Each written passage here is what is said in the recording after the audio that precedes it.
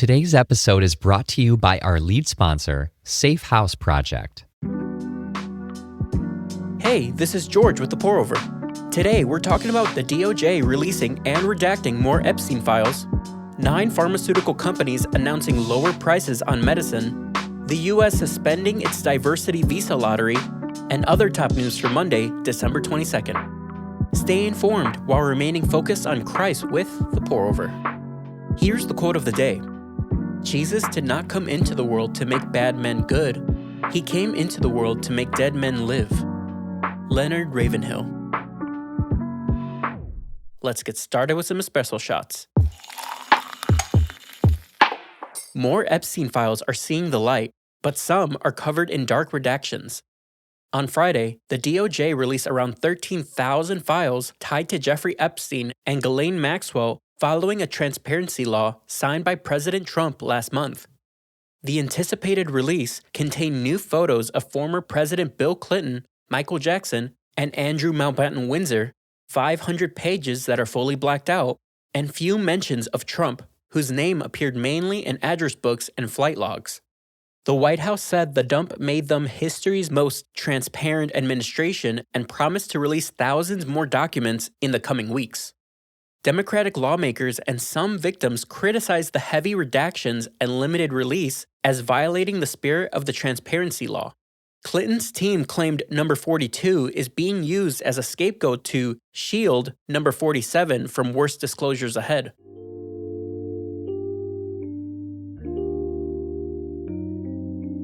Waiting in partial light can feel unsettling. Yet we can trust that no imperfect human system can ultimately thwart God's justice, and that what needs to be seen will one day be brought into the light and made right. Luke 8:16 and 17 says, "No one, after lighting a lamp, covers it with a basket or puts it under a bed, but puts it on a lampstand so that those who come in may see its light. For nothing is concealed that won't be revealed, and nothing hidden that won't be made known and brought to light."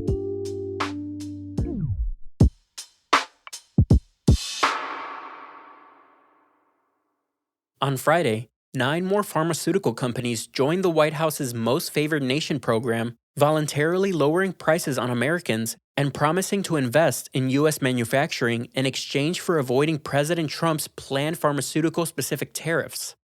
The Department of Health and Human Services is also making healthcare headlines. Late Thursday, HHS announced a crackdown on transgender medical treatments for minors, puberty blockers, sex transition surgery, barring any hospital providing the sex-rejecting procedures for Medicare and Medicaid programs. The American Academy of Pediatrics said restrictions to gender-affirming care are not grounded in science. Meanwhile, HHS Secretary RFK Jr. is expected to announce an overhaul to the childhood vaccine schedule using Denmark as a model. The Danes recommend 11 vaccine doses targeting 10 diseases, while Uncle Sam currently recommends 72 doses targeting 18 diseases. U.S. medical groups have concerns.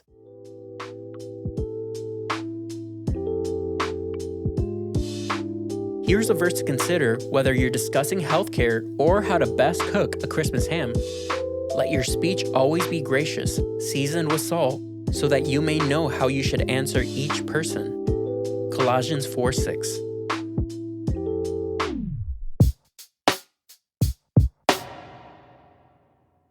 Uncle Sam's diversity visa lottery is suspended until further notice. Secretary of Homeland Security Noem announced the pause Thursday, saying the disastrous program was used by the man accused of killing 2 Brown University students and an MIT professor.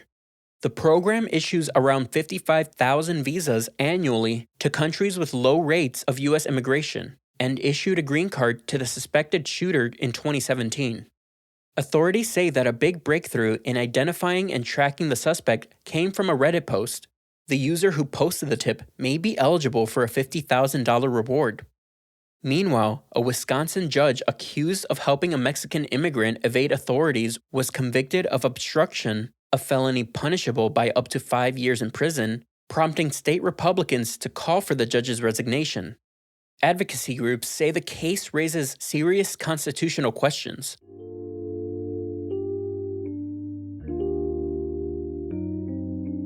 Jesus showed compassion when people expected rejection, gentleness when people expected anger, and love when people expected hate.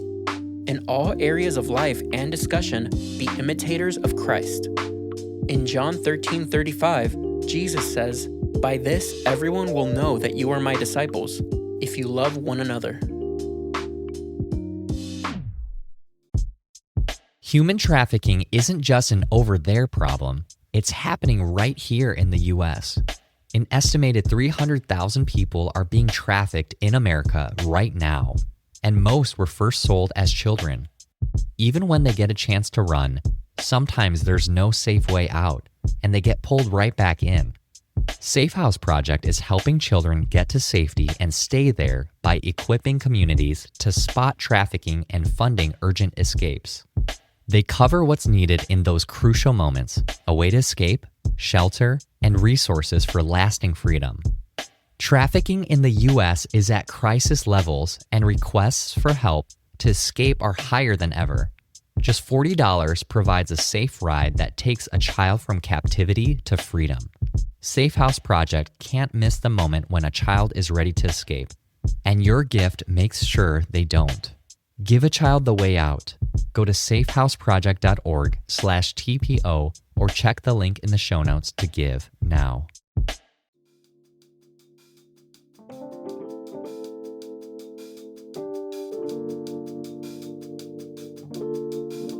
In other brews, here's a wraparound of updates.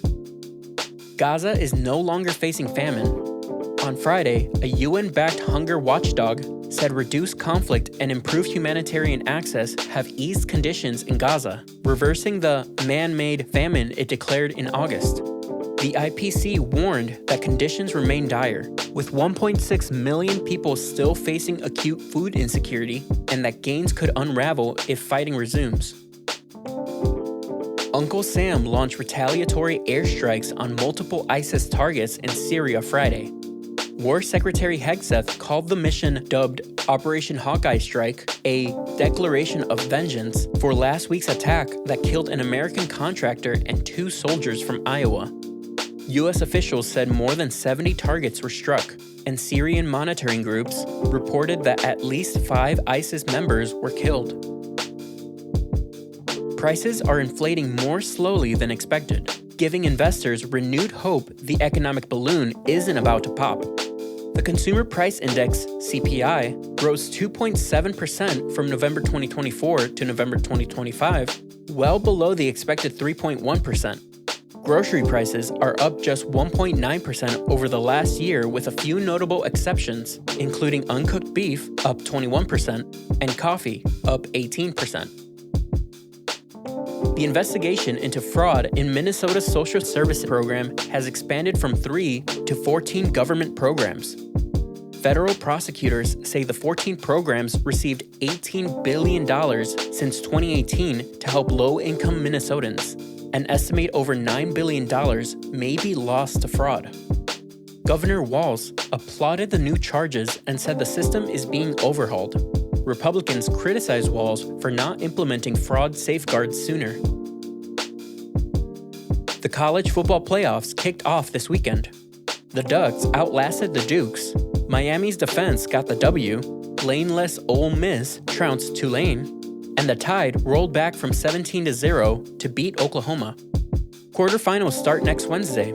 Meanwhile, Illinois State continued its improbable run in the FCS playoffs and will face Montana State in January 5th's FCS championship game. And that's all we have for today. Thanks so much for listening, TPO fam. If you're listening on the Apple Podcast app, give us a 5-star rating and drop a review. If you're listening on Spotify, give us a follow and hit the notification bell to never miss a new episode. We're grateful for your support and hope you have a great day. Catch you on Wednesday.